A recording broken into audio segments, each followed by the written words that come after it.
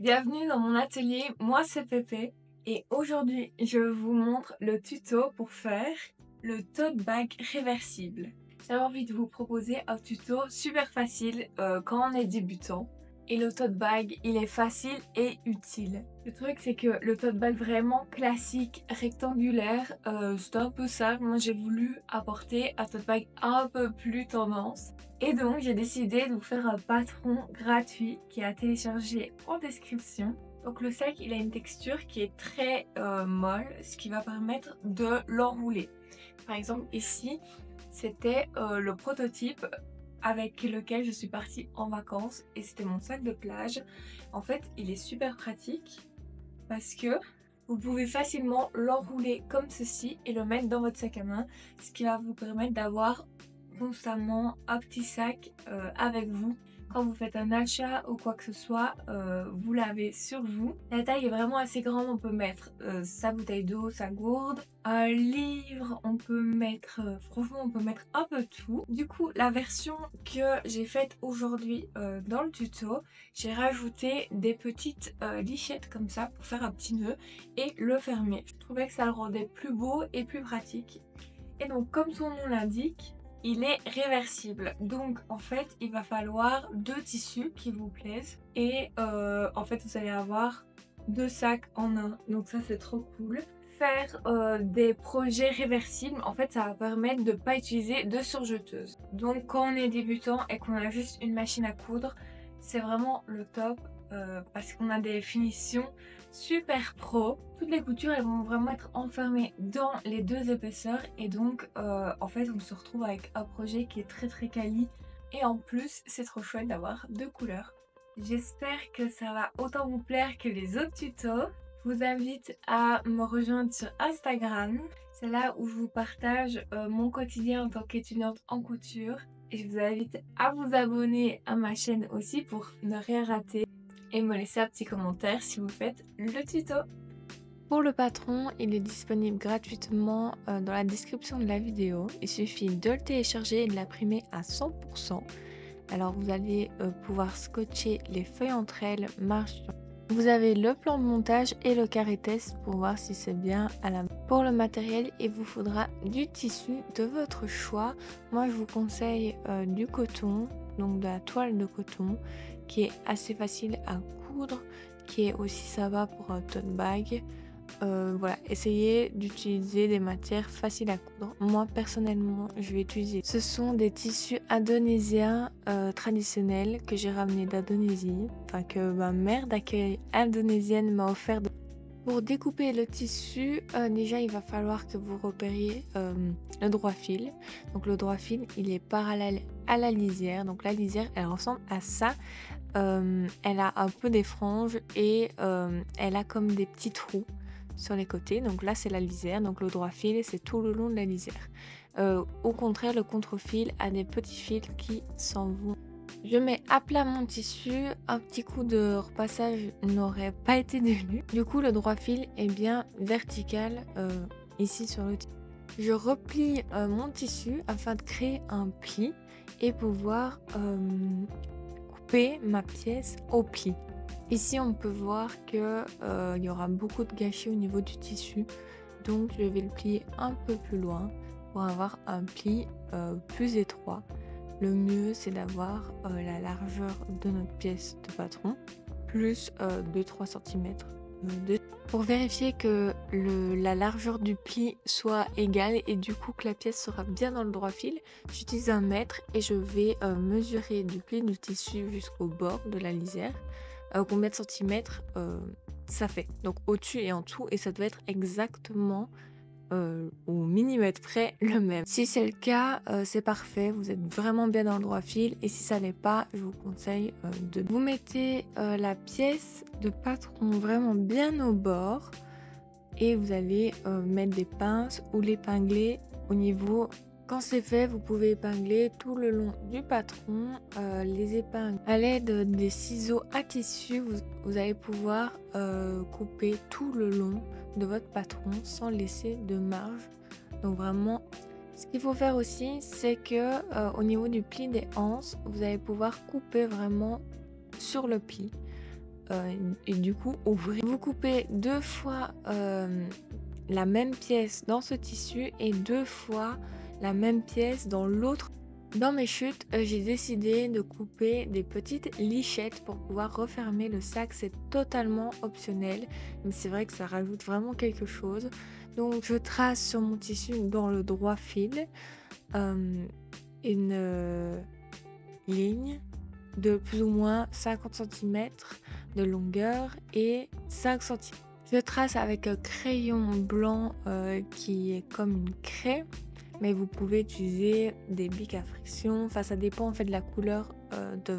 Les lichettes peuvent être faites dans un des deux tissus. Moi, j'ai choisi le vert pour du contraste, mais quand c'est découpé, vous pouvez bien la plier en deux et marquer le pli, et puis couper sur le pli, donc sur la marque.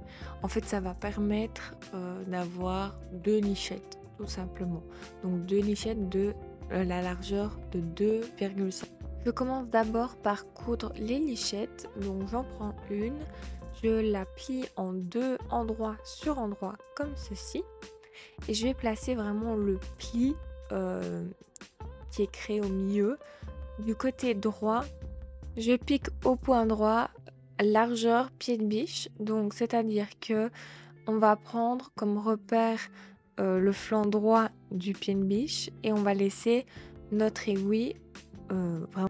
Tout au long du tuto, j'utilise la technique de la chiffonnette, donc c'est ce petit rectangle de tissu que je place avant et après chaque couture pour pouvoir avoir des coutures qui va vraiment jusqu'au bord. Ça va m'aider aussi au niveau. Donc c'est pas une technique obligatoire lorsque vous allez coudre ce tuto, mais c'est très recommandé et je serais ravie de faire une vidéo consacrée sur cette technique. Pour les lichettes, j'utilise pas spécialement des épingles ou quoi que ce soit parce que c'est plus simple pour moi, mais évidemment vous pouvez. Quand j'arrive au bout, je plante mon aiguille pour faire mon angle. Je lève le pied de biche, je le repose et je couds jusqu'au bord. Et puis je n'oublie pas le point d'arrêt, très important. Vous pouvez faire la même chose pour la deuxième. Et puis on se retrouve avec 2 bandes comme ceci. On va vider l'angle, donc on coupe à 2 mm de la couture, plus vraiment l'angle. Ça va permettre d'avoir un plus beau résultat lorsqu'on va retourner. Pour les retourner, moi j'utilise ce petit ustensile. Alors il y a plein d'autres techniques. C'est peut-être pas la plus facile dans ce cas-ci, mais en fait je la plante en essayant de retourner le tissu du coup du côté où c'est fermé de la lichette. Et je vais en fait retourner comme ceci. Alors ça prend du temps, il faut être patient. On n'a pas toujours la facilité directement d'avoir le truc, mais voilà. Donc il faut la retourner. Il y en a qui utilisent aussi des épingles à cheveux. Enfin, il y a peu. Je vous conseille de bien faire ressortir l'angle et de passer un petit coup de fer pour bien aplatir.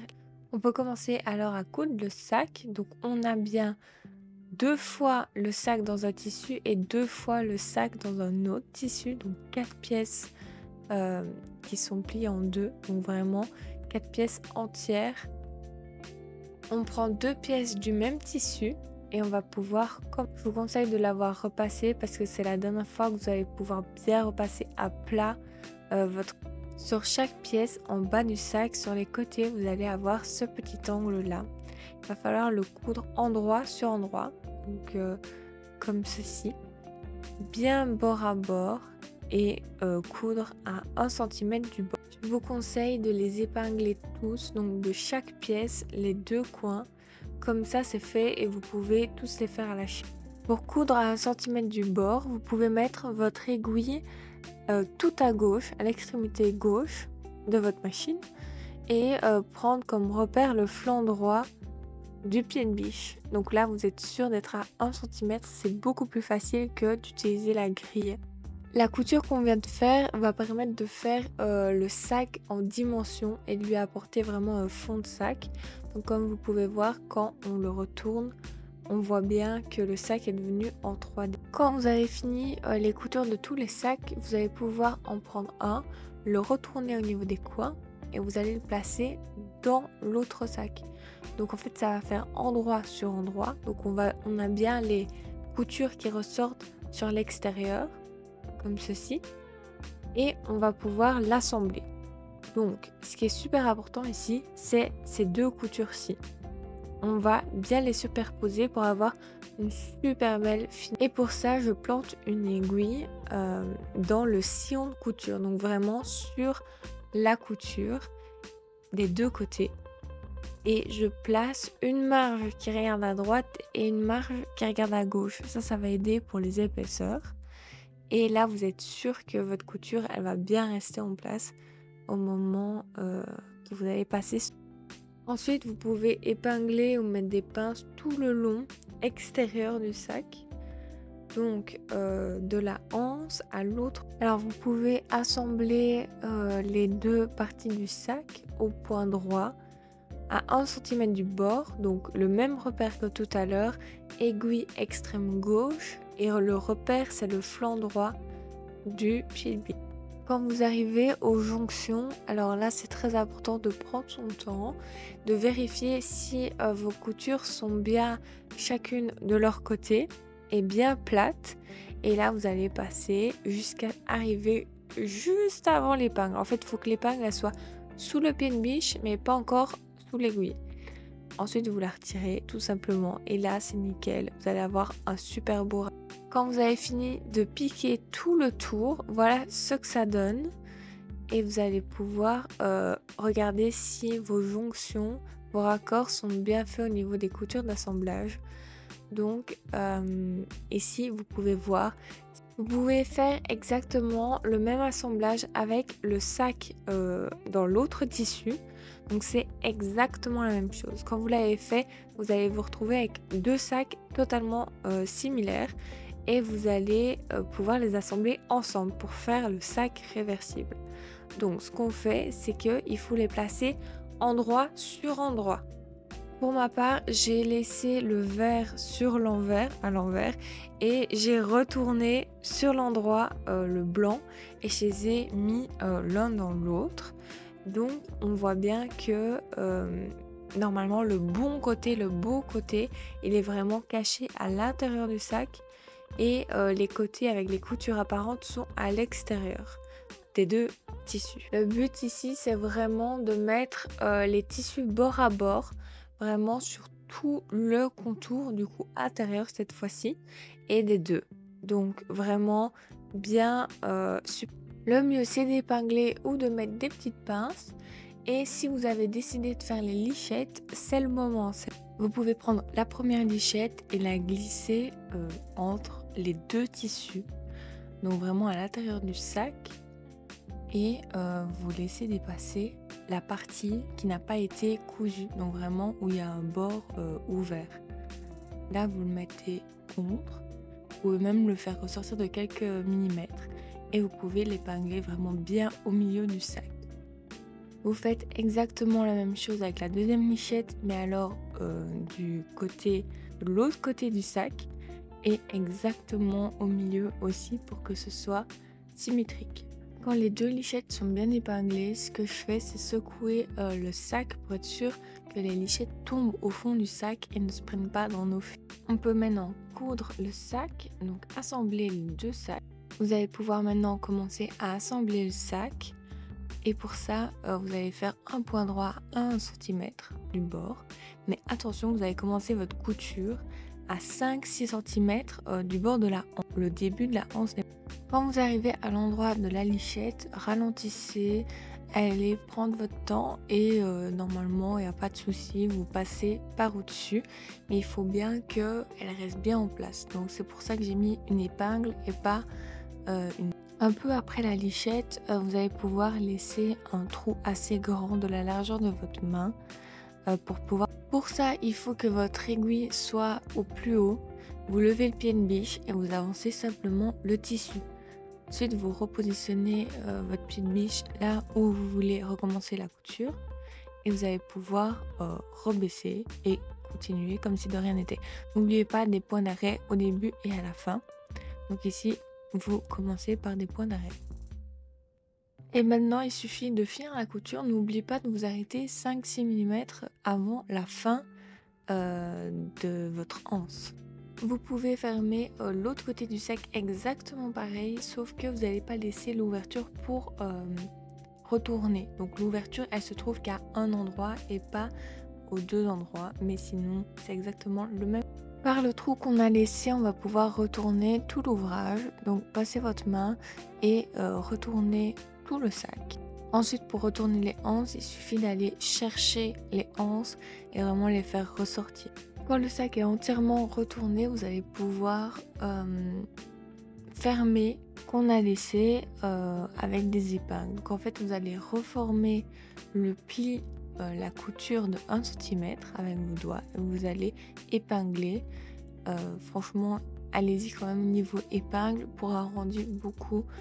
Avant de passer à la couture, il y a un autre truc qu'il faut épingler. Ce sont les anses. Donc les anses, on avait bien laissé 5-6 cm pas cousues. Donc il va falloir prendre les deux anses de la même couleur et les mettre endroit sur endroit. Et vous allez épingler avec 3-4 épingles comme ceci au bord. Vous allez faire pareil avec l'autre couleur de votre sac. Donc les anses bien endroit sur endroit. Faites bien attention à la couture du milieu pour qu'il y ait un beau raccord. Il faut bien piquer dans la couture, dans le sillon de couture et aussi dans celui de l'autre côté.